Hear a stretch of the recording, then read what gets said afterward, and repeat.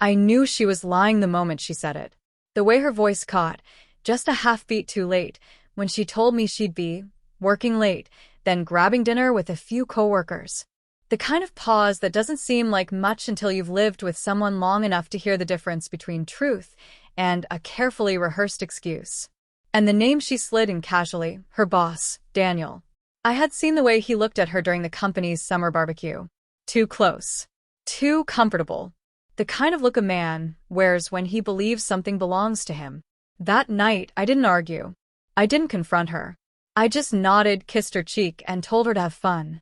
But my chest felt like it was collapsing inward. I spent the next few hours pacing our living room. Every creak of the floorboards echoed in my ears. Every tick of the clock pulled me deeper into a truth I wasn't ready to face. Her phone buzzed on the kitchen counter. She'd forgotten it in her rush out the door.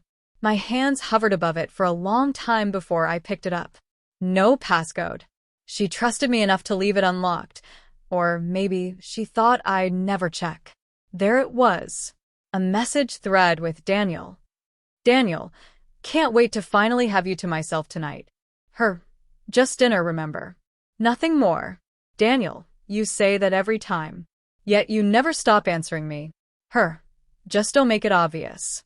I put the phone down, my hands trembling. It wasn't proof of an affair. Not exactly. But it was enough. Enough to know she wasn't who she pretended to be when she looked me in the eyes.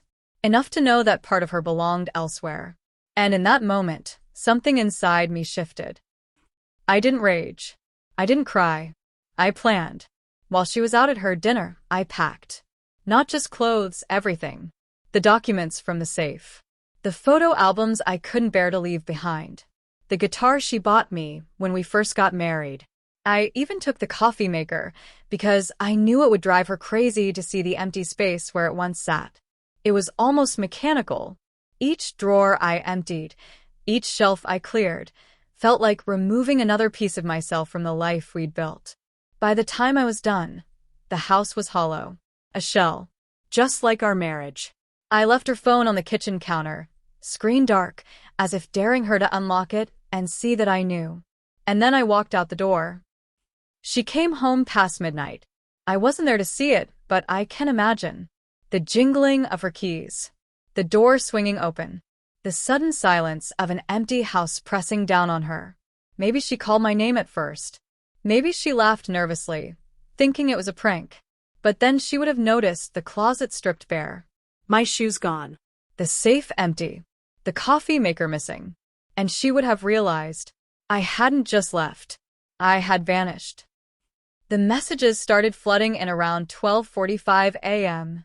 Her, where are you? Her, James? This isn't funny. Her, what the hell is going on? Her, did you take everything? By 1:15 a.m., her tone had shifted. Her, please talk to me. I swear, it wasn't what you think. Her, I just went to dinner. That's all. Her, nothing happened. Please come home. But I didn't answer. I wanted her to sit in that silence. To feel the absence of me the way I had been forced to feel the absence of her long before tonight. The next morning, I rented a small apartment across town. Sparse, plain, but it felt like freedom. For the first time in years, I woke up without the weight of wondering where I stood in my own marriage. But freedom has its own kind of loneliness. I missed her laugh. I missed the way she used to tuck her feet under my legs on the couch when she was cold. Love doesn't just vanish overnight, no matter how much betrayal poisons it. Still, I stayed silent. 2 days later, she showed up at my new place. I hadn't told her where I was. But she knew me well enough to figure it out. The apartment belonged to an old college friend of mine who'd once offered it as a fallback. When I opened the door, she looked wrecked. Mascara streaks down her face. Hair unkempt. Like she hadn't slept since the night I disappeared.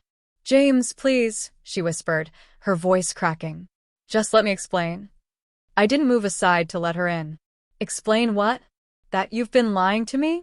That your boss has been circling you like a vulture, and you never bothered to tell me. Her eyes filled with tears. It wasn't an affair. I swear to you. He pushes, yes. He flirts. But I never let it go further. I thought I could handle it on my own. I laughed bitterly. On your own? Marriage doesn't work like that. You don't get to fight battles in secret while your husband lies awake at night wondering why he feels like a stranger in his own home. She reached for my hand. I pulled it back. James, I was scared, she said softly. Scared that if I told you, you'd make me quit my job. Scared of losing the career I've worked so hard for. And instead, I said coldly, you lost me. We stood in silence for what felt like forever. Finally, she whispered, is it over? I wanted to say no. I wanted to wrap my arms around her and pretend none of it had happened. But then I remembered that message. You never stop answering me. She hadn't told him no. She hadn't shut it down. She'd kept him alive in the spaces between us. And that was enough. Yes, I said. My voice didn't shake. It's over. The weeks that followed were brutal. Divorce papers filed.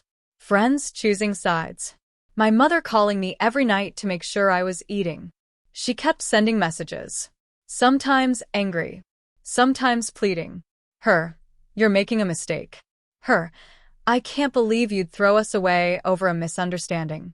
Her, please. I still love you. But love doesn't survive in half-light. Love doesn't grow in shadows where secrets hide. And so I let her messages go unanswered. Months later, I ran into her at the grocery store. She looked smaller somehow, diminished, as if life had chipped away at the confidence she once wore so effortlessly. We stood there between the shelves of cereal and pasta sauce, two people who had once shared everything and now shared nothing but silence. She broke it first. You look good, she said softly. Thanks, I replied. For a moment, her eyes shimmered with something. Regret. Maybe. Longing. But neither of us reached across the chasm that now separated us. We said goodbye. Just like that. Sometimes late at night, I still replay it all in my head, wondering if I overreacted, wondering if maybe she was telling the truth, if maybe she really had resisted him. But then I remember the silence of that empty house, the messages on her phone, the way my chest had caved in when I realized she had chosen to keep me in the dark. And I know, I may have lost her, but I found myself again in the process. She returned from dinner with her boss to find I had completely vanished from the house. And in that vanishing, I finally became visible, at least to myself.